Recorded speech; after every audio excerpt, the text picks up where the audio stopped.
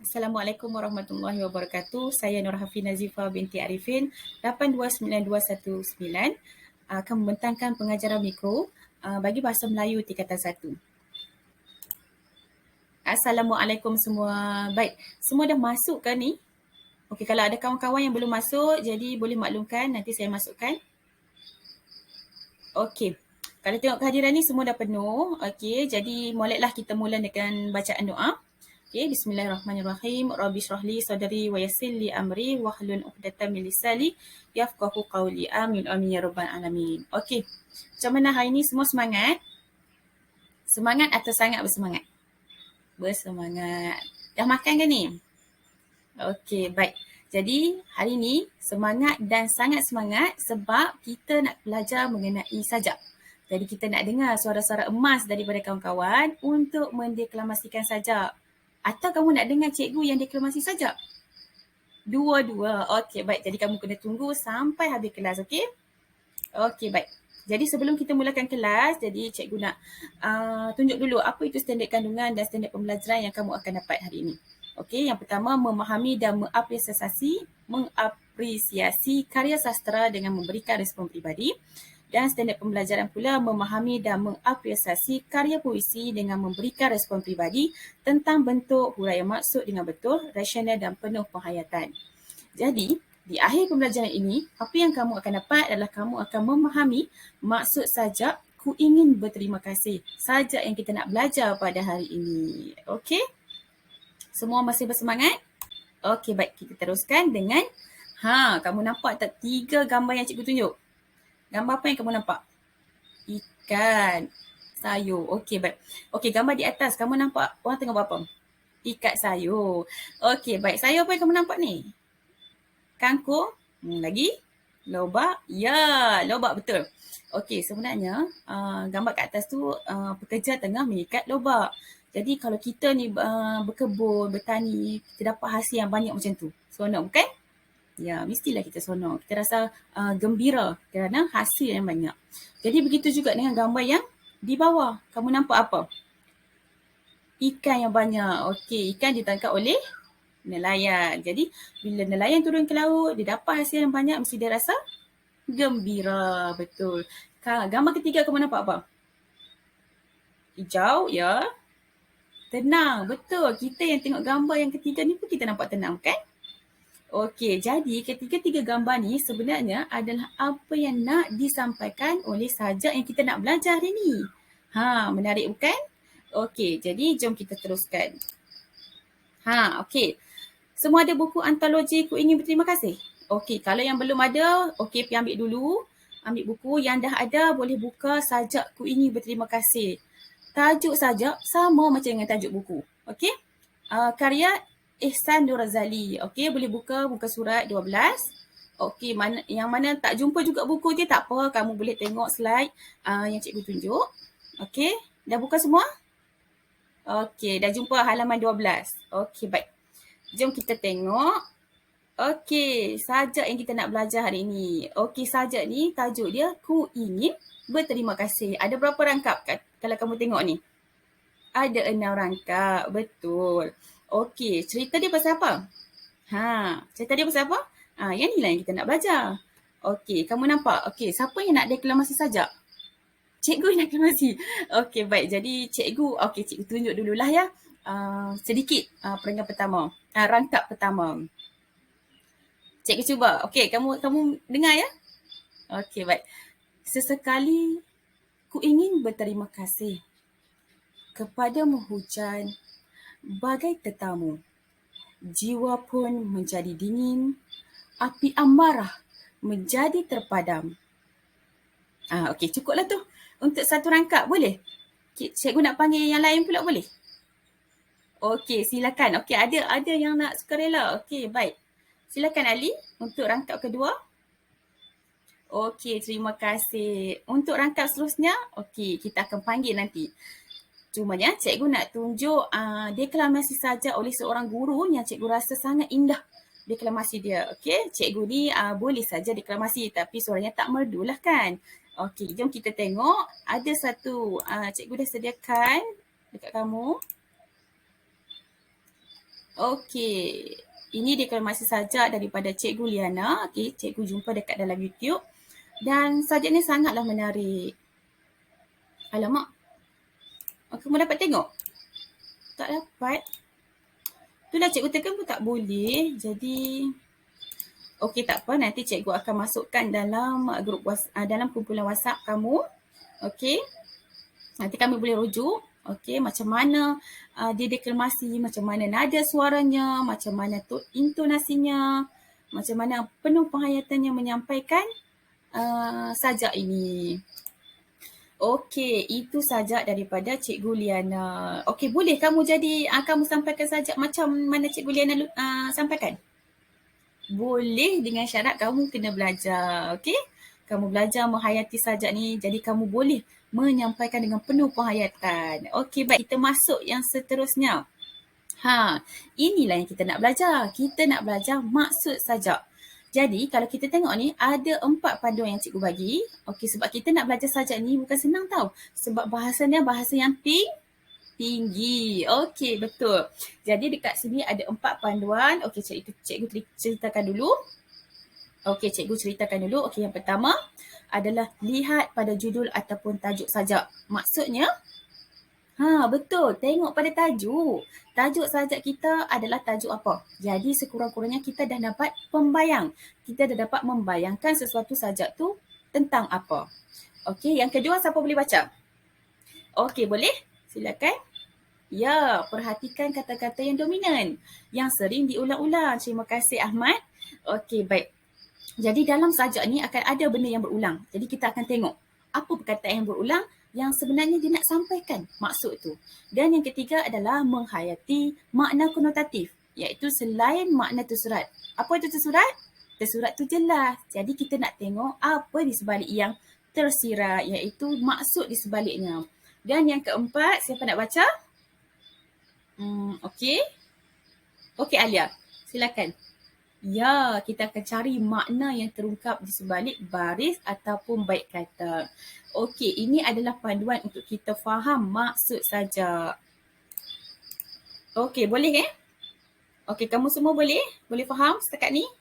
Okey, baik. Jadi kita masuk kepada rangkap yang pertama. Okey, cikgu nak bagi. Okey, siapa yang nak baca? Tadi cikgu dah baca dah, jadi cikgu nak panggil lah. Boleh? Okey, cikgu nak panggil siapa kat sini ya? Okey, kita nampak Ali. Ali dah angkat tangan. Okey, baik. Ali, silakan. Ya, okey. Terima kasih Ali. Jadi kamu nampak ada warna merah yang cikgu cuba tulis dekat rangkap yang pertama ni. Okey. Jadi, apakah maksud yang nak disampaikan dalam rangkap pertama ni? Okey. Rangkap pertama, ku ingin berterima kasih kepada hujan. Jadi ada lagi perkataan jiwa menjadi dingin. Okey, maksudnya kat sini penyajak nak berterima kasih kepada hujan. Kenapa nak berterima kasih? Sebab dia turun membasahi bumi. Jadi bila dah basah bumi apa yang jadi? Dia menyejukkan suasana dan jiwa manusia. Jadi kedinginan tu dah tak jadi marah. Dia meredakan api yang marah. Jadi apa yang cikgu warnakan kat situ adalah apa yang cuba disampaikan. Okey, perkataan dia tu memberi satu makna kepada kita. Jadi melalui baris tu kita dah dapat agak. Okey, boleh untuk rangkap pertama? Okey, tak apa, kita akan teruskan untuk rangkap yang seterusnya.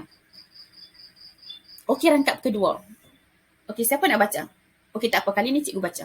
Okey, sesekali ku ingin menyembah budi. Okey, lihat ya warna merah yang cikgu tanda tu. Kepadamu tanah. Okey, dia nak semai budi pada tanah yang hidup. Okey, kemudian kerana perutmu setia menghamilkan rezeki buat petani. Siapa faham maksud menghamilkan kat situ? Bukan maksud mengandung. Ini yang cikgu kata maksud konotatif, makna konotatif. Di sebalik maksud tu ada benda yang nak disampaikan. Jadi kita tengok dulu apa maksud sajak yang dekat sini. Okey, siapa nak baca? Ya, penyajak juga ingin berterima kasih kepada apa tadi dia cakap? Kepada tanah yang subur. Kenapa tanah tu subur? Kepada tanah yang subur. Sebab tanah tu dia memberi rezeki, iaitu hasil dan pendapatan kepada para petani.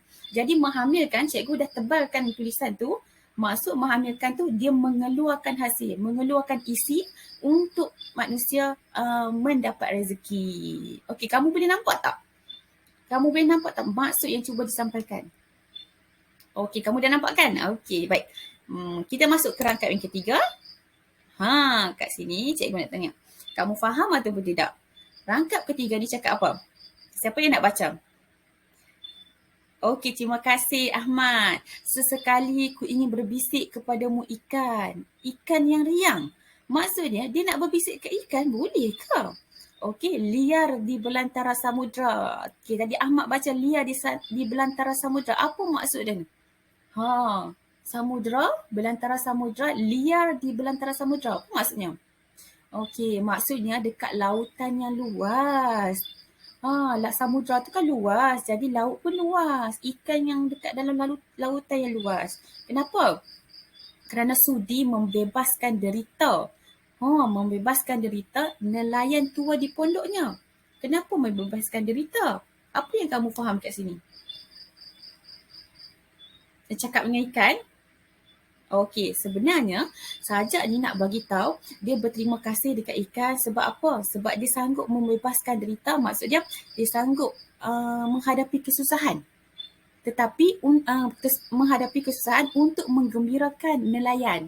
Dia sanggup keluar daripada laut, masuk dalam tangkapan, kemudian menggembirakan nelayan tu. Jadi dia berterima kasih lah sebab dekat hasil laut ni yang menggembirakan nelayan. Okey. Rangkap yang seterusnya. Kamu boleh? Setakat ni boleh? Okey, tak apa. Kita masuk rangkap keempat. Mungkin kamu akan lebih nampak lagi apa sebenarnya maksud Sajak dekat sini. Okey, kita tengok. Sesekali, ya, aku ingin kalungkan kagum kepadamu pejuang negara. Siapa faham maksud pejuang negara? Cikgu letak kat sini. Okey. Yang pertama, apa maksud pejuang negara? Bangga dengan prajurit negara ataupun seronok berjuang? Ya, bangga dengan prajurit negara. Betul. Jadi seterusnya, kerana tanganmu penuh berdarah. Okey, apa maksud dia? Cikgu ada letak. Okey, boleh pilih. Membunuh ataupun berkorban jiwa dan raga. Tangan dia penuh darah ni. Apa maksud dia? Membunuh ke?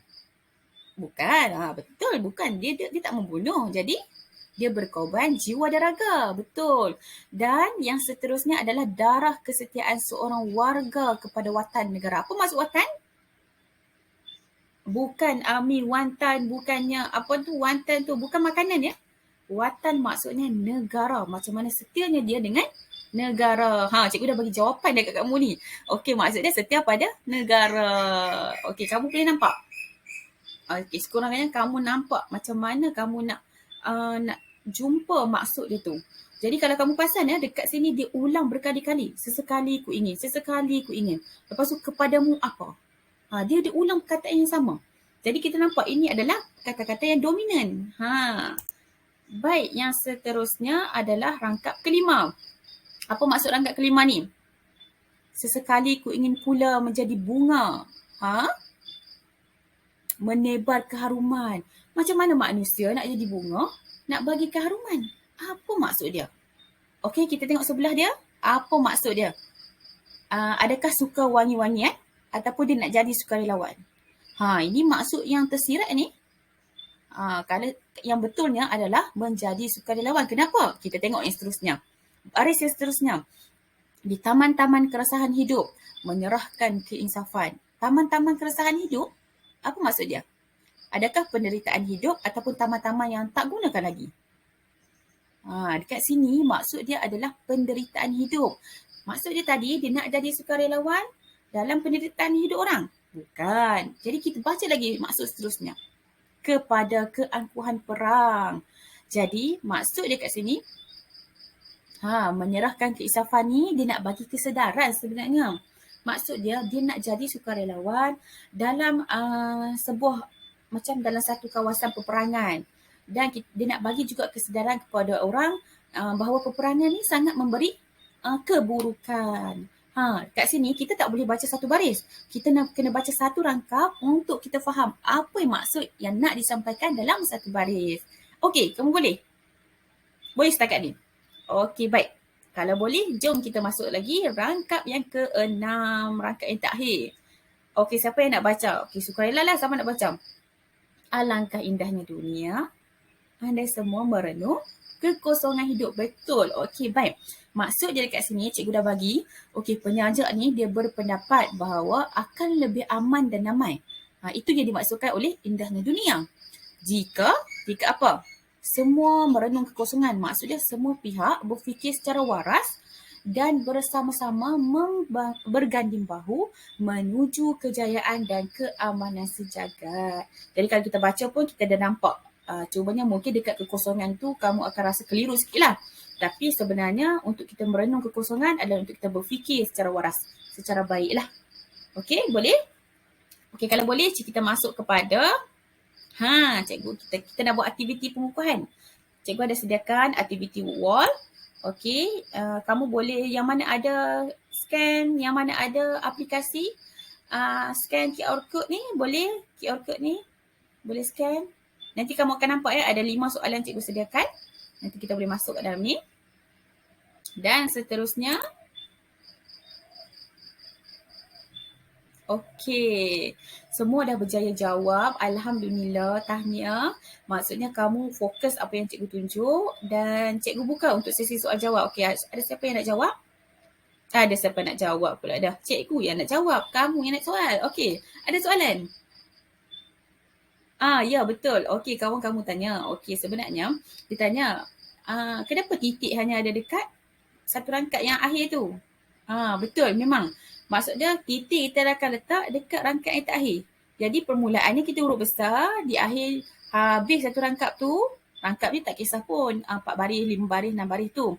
Bergantung kepada macam mana yang dia nak guna. Okey, nanti kamu akan belajar dari segi bentuknya macam mana. Untuk kelas seterusnya nanti cikgu akan ajar. Okey, buat masa sekarang, titik tu akan berakhir pada rangkap yang terakhir. Satu rangkap tu lah. Okey? Okey, boleh ada soalan lagi? Okey, tak ada dah. Okey, baik. Jadi kesimpulannya dekat sini adalah kita dah belajar mengenai sajak, iaitu ku ingin berterima kasih. Okey, kita dah belajar satu sajak daripada dalam buku antologi. Okey, jadi kita dah tahu beberapa panduan untuk kita faham macam mana kita nak nampak maksud sajak ni. Dan juga kita dah faham setiap rangkap tu. Okey, setiap rangkap sajak tu kita dah faham. Dan juga kita dah selesai aktiviti pengukuhan. Jadi apa yang dapat cikgu simpulkan kat sini, okey, sajak tu sebenarnya dia ceritakan yang manusia ni perlu ada rasa syukur. Perlu ada rasa berterima kasih, rasa syukur dengan keindahan alam, dengan nikmat yang kita ada. Dengan nikmat yang Tuhan bagi dekat kita. Okey, jadi kita kena ringankan mulut kita untuk sebut apa? Kita sebagai Muslim kita sebut apa? Ya, kita sebut Alhamdulillah sebagai rasa syukur. Dan juga kita kenalah ucap terima kasih kepada sesiapa saja yang membantu ataupun memberi pertolongan kepada kita. Baik, jadi setakat itu saja. Kamu jaga diri, jaga kesihatan. Kita akan jumpa pada kelas akan datang, okey? Okey, baik. Terima kasih semua. Jumpa lagi. Okey.